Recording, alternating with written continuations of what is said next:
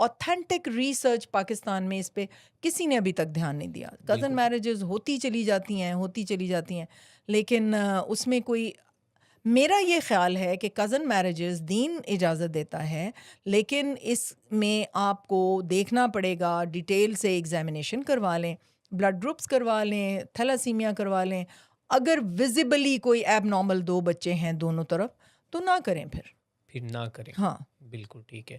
अच्छा डॉक्टर साहिबा, ये तो हमने डिस्कस कर लिया कि कज़न मैरिज का, और इससे पहले हमने ये डिस्कस कर लिया कि शादी से पहले कौन से टेस्ट ज़रूरी हैं। शादी के बाद जब कोई भी ख़वातीन प्रेगनेंसी की तरफ चली जाती हैं तो उससे पहले उन्हें कौन से टेस्ट करवाने ज़रूरी हैं और उनकी खुराक कैसी होनी चाहिए?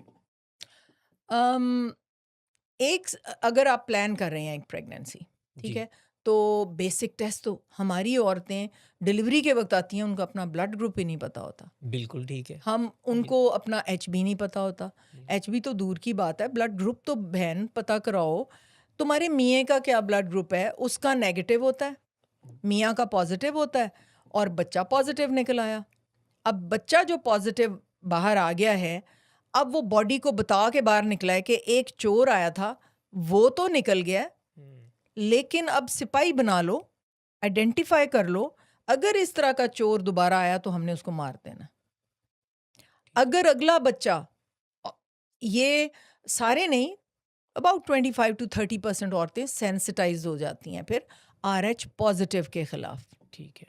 अब माँ RH नेगेटिव है, बाप RH पॉजिटिव है, एक बच्चा एस्केप कर गया, पहला डिलीवर हो गया. उतनी देर तक तो बॉडी ने वो अपने सिपाही और प्यादे और ब्रिगेडियर और कर्नल नहीं बनाए थे ना उसको मारने के लिए. बिल्कुल, बिल्कुल। अब जब नेक्स्ट बच्चा भी पॉजिटिव है, उसका भी ब्लड ग्रुप RH पॉजिटिव है, अब वो तो वो सिपाही और ब्रिगेडियर और वो पूरा एक जो उनका जत्था है वो तो बैठा हुआ है कि आने दो इसको, अब नहीं जाने देना इसको चोर को यहाँ से. तो वो बच्चे फौत होने शुरू हो जाएंगे पेट में, बिल्कुल। वो और उनको मारना, उनके रेड ब्लड सेल्स को किल करना शुरू कर ठीक है, देंगे. तो हमल से पहले कौन से टेस्ट ज़रूरी हैं जो ये यही ब्लड एक ग्रुप वगैरह होना चाहिए, थैलासीमिया का टेस्ट, डायबिटीज़ का टेस्ट, थायराइड का टेस्ट, आपके प्रोलैक्टिन के लेवल्स हैं, हार्मोनल टेस्ट सारे जितने हैं वो आप करवा के, और अगर आप नॉर्मल हैं तो उसके बाद फिर आप क्या अ, हामला ख़वातीन के लिए अल्ट्रासाउंड करवाना ख़तरनाक है? नहीं, ये एक मिथ है कि जी अल्ट्रासाउंड नहीं कराने. अजय ते जी ਅਸੀਂ ਹਫਤਾ ਪਹਿਲੇ अल्ट्रासाउंड कराया है तो ख़तरनाक होएगा, तो शुआएँ ਤੁਸੀਂ इसकी फिर बड़ी ख़तरनाक शुआएं देखें. साउंड क्या होता है? आवाज़ आवाज़, आवाज़ होती जी, आवाज़ है ना, जी, जी। साउंड जी, शोर जी, है. शोर है। साउंड जो है वो कान हमारे सुन सकते हैं. जी, अल्ट्रासाउंड वो साउंड है जो इंसानी कान नहीं सुन सकता. बिल्कुल ठीक है। अब वो माँ हामला है ना, वो सड़क पे निकली है, एक किसी ने हॉर्न बजाया या किसी ने ज़ोर से किसी को आवाज़ दी या गाड़ी गुजरी, जी, जी, उसका शोर जो है वो पेट और यूट्रस में बच्चा सुन रहा है. ठीक है। वो साउंड उसके अंदर जा रहा है. माँ बाप ज़ोर ज़ोर से बातें कर रहे हैं, वो भी साउंड अंदर जा रहा है, क्योंकि ह्यूमन ईयर एक फ्रीक्वेंसी पे गया है और ह्यूमन ईयर ने सुना है.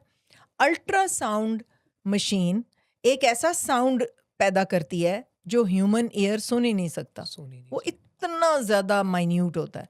अब वो अल्ट्रासाउंड क्या होता है, उसकी एक फ्रीक्वेंसी होती है, ठीक है। वो जाके टकराता है मुख्तलिफ सरफेसेस के साथ ह्यूमन, और वो फिर वापस आता है, उसकी फ्रीक्वेंसी बदल गई होती है. बिल्कुल वो ठीक। चेंज इन फ्रीक्वेंसी को ये मशीन एक इमेज की सूरत में हमें दिखाती है.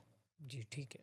तो ये तो अल्ट्रासाउंड है. आप सारा दिन अल्ट्रासाउंड प्रोब ऊपर रख छोड़ें, कोई कोई फ़र्क नहीं पड़ता. ख़वातीन हमल के दौरान जितने मर्ज़ी अल्ट्रासाउंड करवा हाँ, लें, कोई मतलब मसला जो ज़रूरी ज़रूरी अल्ट्रासाउंड्स है। हैं वो तो करने होते हैं. कई दफ़ा हमें एवरीडे अल्ट्रासाउंड करना पड़ता है, क्योंकि प्लेसेंटा के नीचे क्लॉट है, बिल्कुल, क्लॉट बन गया है, प्लेसेंटा उखड़ा है, उसको कोई चोट लगी है, धक्का लगा है, या हाई ब्लड प्रेशर की वजह से आमल उखड़ी है, तो उसके नीचे क्लॉट बना है. अब हमने डेली अल्ट्रासाउंड करके उसको मैयर करना है कि भई ये क्लॉट एब्जॉर्ब हो रहा है, ज़्यादा बढ़ रहा है, कितनी आमल उखड़ गई है, कैसा हो रहा है, ये तो हमें हर चीज़ देखनी पड़ती है ना. बिल्कुल ठीक है।